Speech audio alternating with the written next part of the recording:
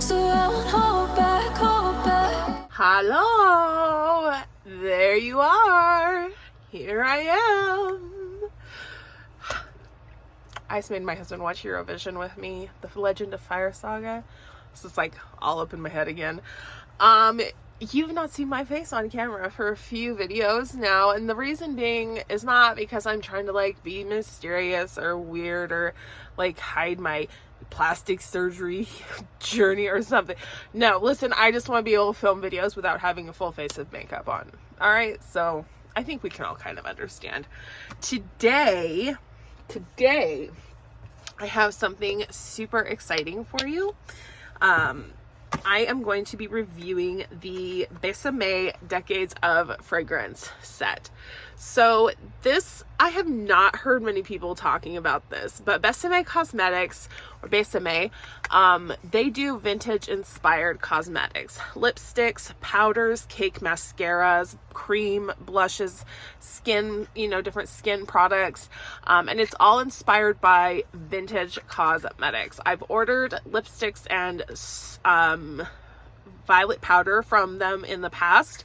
The products have always been really good. So when I saw that they were coming out with a fragrance line, I was super excited. I'm gonna get into some of the pros and cons of the fragrance line once I'm done reviewing the scents specifically, but we'll talk about that in just a moment. For now, let's talk about the Besame Decades of Fragrance samples. Okay, so first of all, there are 5 fragrances in the line. They are named by the decades they're inspired by. So it's 1920, 1930, 1940, 1950, and 1960. And each of the fragrances has a vibe from that decade that it is based on. Some of them are quite spanning of the entire time period. Some of them are more a little bit focused on what made each of those decades stand out. But they're all very well blended to my nose. The fragrances themselves have a fairly mild projection and sillage, which, if I am being honest, I think is pretty accurate to a fragrance in this time period. I think the really bombastic sort of white floral, heavy sillage scents that lasted for hours and hours and hours really didn't come in until the sheep or the sheep and the big florals of like the 70s and the 80s and the 90s. So up until the 60s time period, I think more of a mild projection and moderate sillage is a little bit more accurate, and so I don't fault the fragrances for having that experience. I need to put on something on my lips. Hold on. So anyway, my one complaint about the way that the fragrances are done by combining an entire decade into one fragrance capsule is that I think there's a couple of decades that are a little bit more than what you experience in the fragrance. One in particular was quite different than what I was expecting based on how it was described on the website. And I will put up here pictures of how each fragrance is described on the website for you so that you can read along, and I'll put the notes in the description bar below. Otherwise, with that said, let's get started. I'm going to tell you right away, my favorite from the entire set is 1940. My top 2 are probably 1930 and 1940, but I'm only going to spray 1940 on my skin because it's the only one I would actually want to wear on my skin. The first gripe that I have, really the only gripe that I have with the packaging in these sample sets, is the way that the dabber bottles are. They're so long and thin. You get 0.5 mil of product in each of these dabbers, but they're so long and thin that they're just hard to work with. But what I do think is cool is that each of the dabbers Let's see if I can get it to focus. Each of the dabber bottles reflects the style of the actual perfume bottle in its text and design. So that I think is cool. So this first one is 1920. We start off with the Roaring 20s. I really wouldn't even normally bother, to be fair. So that's spray. That's why I was saving them. That spray took up half the vial. So 1920 is described as having a mandarin top note, being quite of a decadent, romantic type of scent. With the 1920s, the last kind of hurrah before there was the Second World War and the Great Depression. And you get that vibe. It's got a slightly citrus top note, but then it's also quite floral, and it has a powdery dry down. On my skin, it comes across as much more citrus heavy than it does on paper.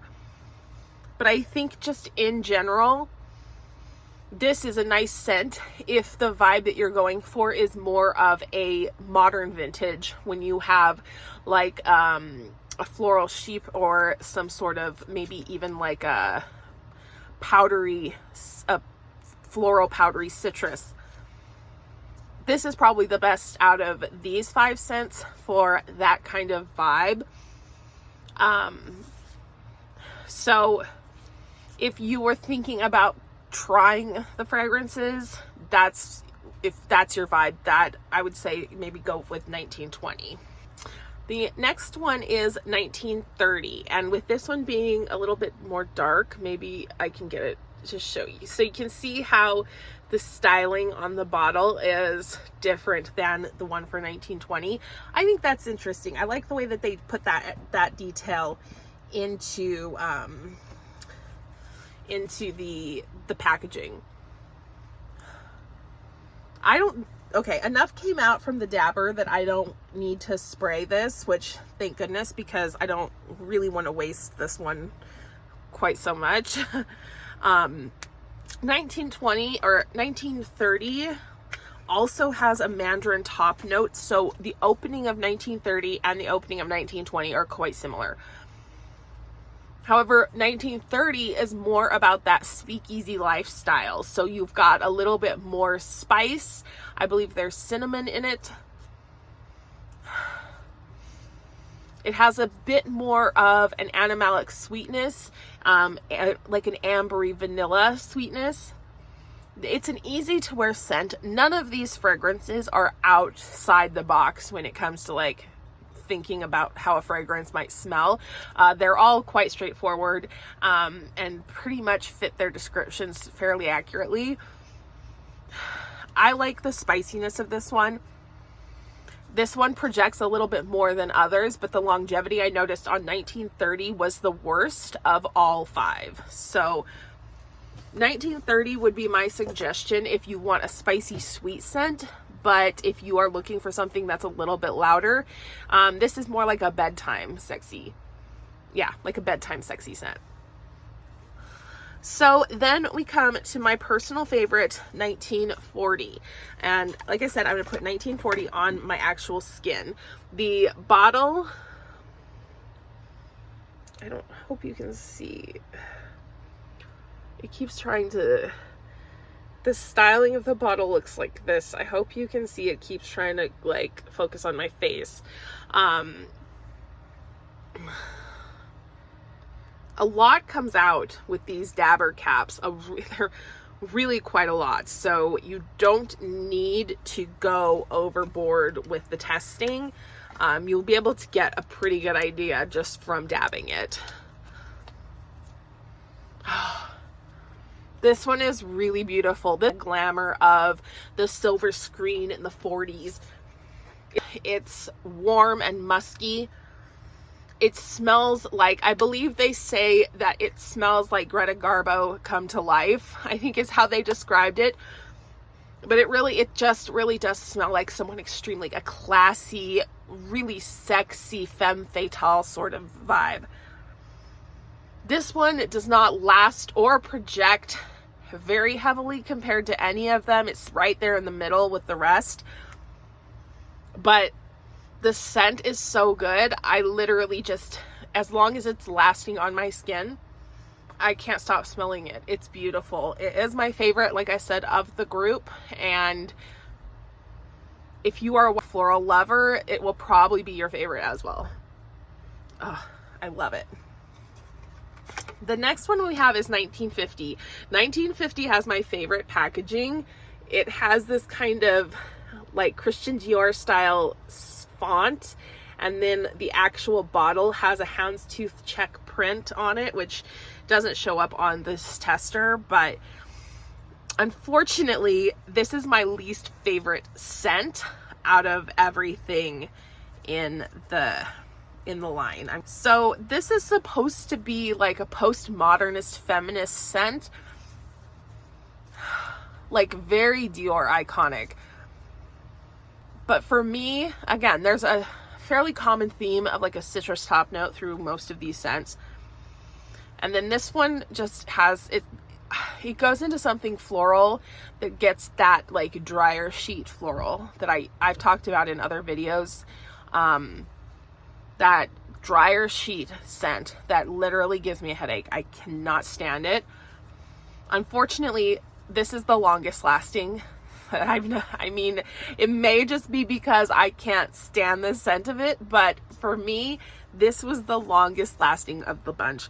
This lasted on me for hours and hours and hours. I mean, I'm talking 6 or 8 hours. I had to wash my hands so many times to get rid of it.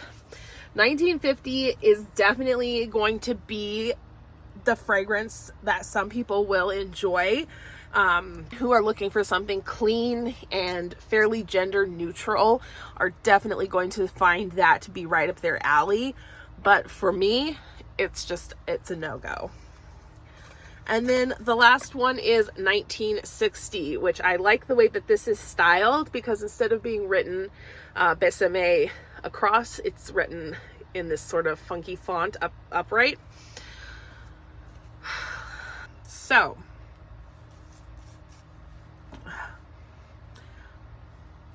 this was touted as being sort of the counterculture scent. In the 60s, you had the real, like, you had hippies, the kind of bohemian era, but then you also had like a fresh take on modernity with things like Andy Warhol, Twiggy, where things were always edgy and with a vibe. I expected this fragrance to be something so much different than it is. I expected patchouli. I expected some like maybe purple flowers, but this is not any of those things. If I had to say that this represented from the era, it would be like the clean cut, very mod aesthetic. It's because that's what it is. It's all like straight edges and very clean, mod, not bohemian at all, which was sad because I really wanted it to be quite boho. And I get that you really don't get those like more hippie boho vibes until it starts getting later into the decade. But to me, this is the most generic of the fragrances. It's the least special. It doesn't really shout to me like, oh, the 60s, like, oh, this vibes with the 60s. It's just kind of meh. Projection and sillage are probably the worst of all 5 in 1960. Unless you know, for some reason found yourself really called to the notes of the fragrance, it's probably the top fragrance I would say pass on from the whole line, just because I don't like 1950, but it does wear well. But I would say for 1960, it's just a big pass from me. So before I go wrap up this video, let's just talk about some of the pros and cons of these fragrances, not just the set, but of the fragrance line. The pros are, I think the concept's quite unique. I like the styling of the packaging for these bottles, and they are a nice way to incorporate a particular vintage vibe into your style, if that's what you're going for. However, my biggest con for this fragrance line, my biggest takeaway from this fragrance line is the price point. Right now, the fragrances are only sold in this sample set, which is $20 for 5.5 mils. So 2.5 mil of fragrance for $20. Or you can buy the regular size, which are 9 mil travel size atomizers for $34. I don't know about you, but I think 9 mil for $34 is an insane amount of money, especially for a brand that is A, not even a fragrance brand, and B, this is their first launch. So it's not even like they've tried and have been successful with a fragrance product in the past. That major takeaway aside, if they were to come out with a version of these fragrances in a full size that was more price per mil, like there was a better price per mil, like maybe they did a 1 ounce for $60 or something like that, I would definitely consider buying 1940 and maybe even 1930 as well, because I do like them both. However, at their current price point, they're just too generic for me. They're not special enough for me to put out the money to buy the full sizes. That's the major drawback for me with these. If you are a fan, you know, a big fan of the brand and just want to be collecting, or if you see those packages, they are so cute. They're pen sprays and they're all designed differently, just like the different samples. They're so cute. If you love the packaging, like, go for it. They're not bad perfumes. I honestly think that if there's something that catches your eye, you don't need to buy the sample set to make sure it's going to be okay. They're all pretty safe blind buys, and I think that as long as you like the notes or the description, what's going into it, it's going to be a safe blind buy. So that is my final take on the Besame Decades of Fragrance. This is the sample set, but of course I will have links to the full sizes online down below, so you can go check them out. And if you're interested, purchase. Not affiliated, but you know, always like to help separate you from your money. Okay, so anyway, I hope to see you on the next video, and thank you for watching. Bye. And you should know that